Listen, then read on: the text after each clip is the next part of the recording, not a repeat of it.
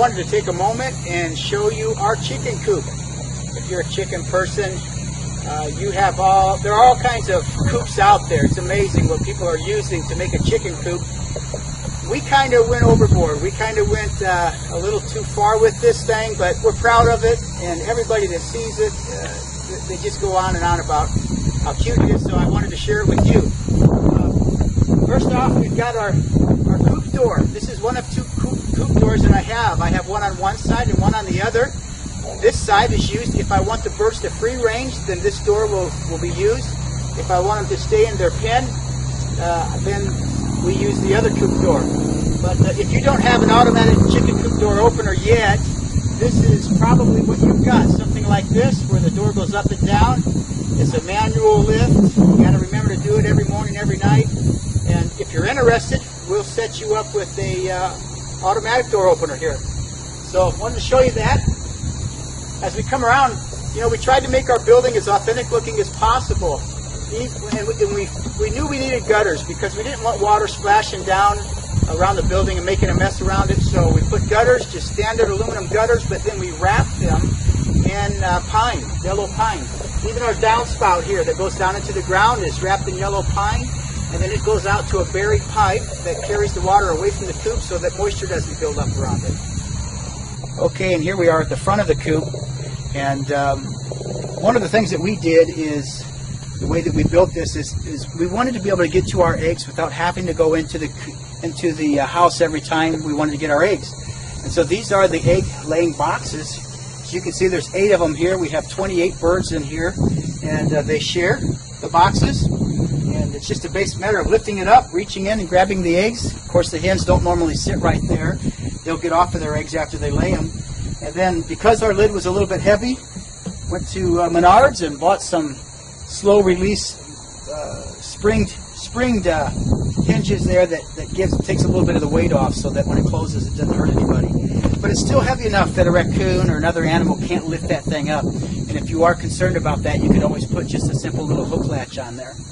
And you can see our windows, and the windows have a screen. We wanted the windows because we wanted the building to look authentic, but we also wanted to make sure that when it was ventilated, that air was going through, that an animal could get up here and climb in. And so we've got screen on the inside of that, and I'll show you. Actually, it's just I think they call it the 1/4 inch. Some people call it rabbit hutch wire, but just a 1/4 inch wire mesh. And I'll show you how we did that here in a moment as well. I wanted to take just a moment and show you our pinned area. What we've got here is, these were 10-foot sections that somebody had given me, and I believe it's just like a dog kennel fencing, that you put them together and you can make a dog kennel. And what we did is we used them for our entire pin area here, went around it. And I was a little concerned because we have mink in the area, and our farmer neighbor, all 25 of his chickens were killed in one night by a mink. And mink can get through these small little holes in the fence. And so what we did is we went around with the standard chicken wire, kind of wrapped this fence with the chicken wire as well. And so the dog kennel fencing just kind of supports the chicken wire. And then that way nothing can get through there. One other thing we did I want to share with you is that when I put my fencing down, I didn't just put it in the ground, but we dug a trench about 1.5 feet deep, and then we took some wire and we laid it in there, patted it down, and then we bent it up and set our fencing right on top of that. That way a coyote, which we have in our area, different animals can't dig down and go underneath the fence. It's completely, they'd have to dig down about 2 feet before they were able to get to where the wire's at, where the wire's not there anymore. So nonetheless, I wanted to show you that.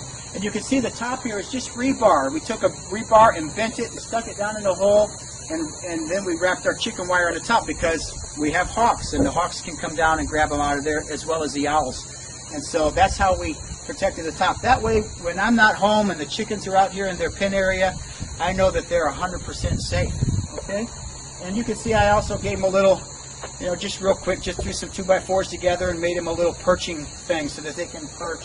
They have water out there so that in the daytime, if it gets too hot, they've got water, and I know they've got everything that they need.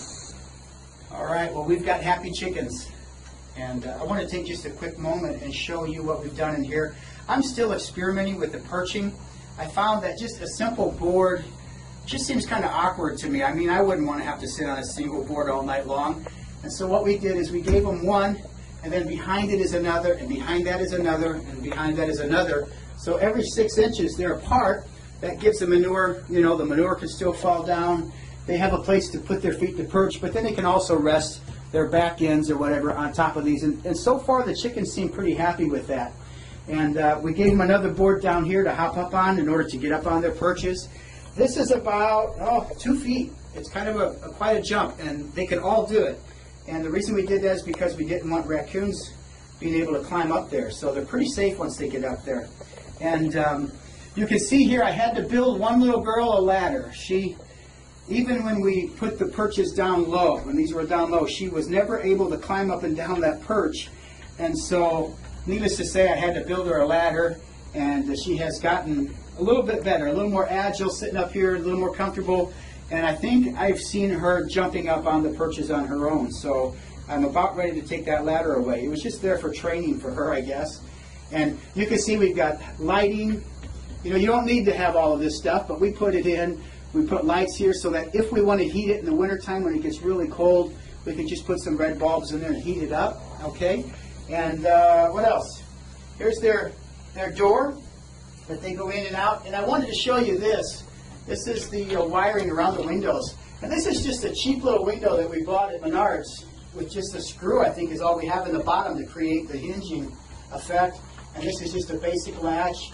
And what my carpenter did was he took the wire, stapled it, kind of cut it to the size, and then he bent it, kind of bowed it, so that the window can never open any farther than that.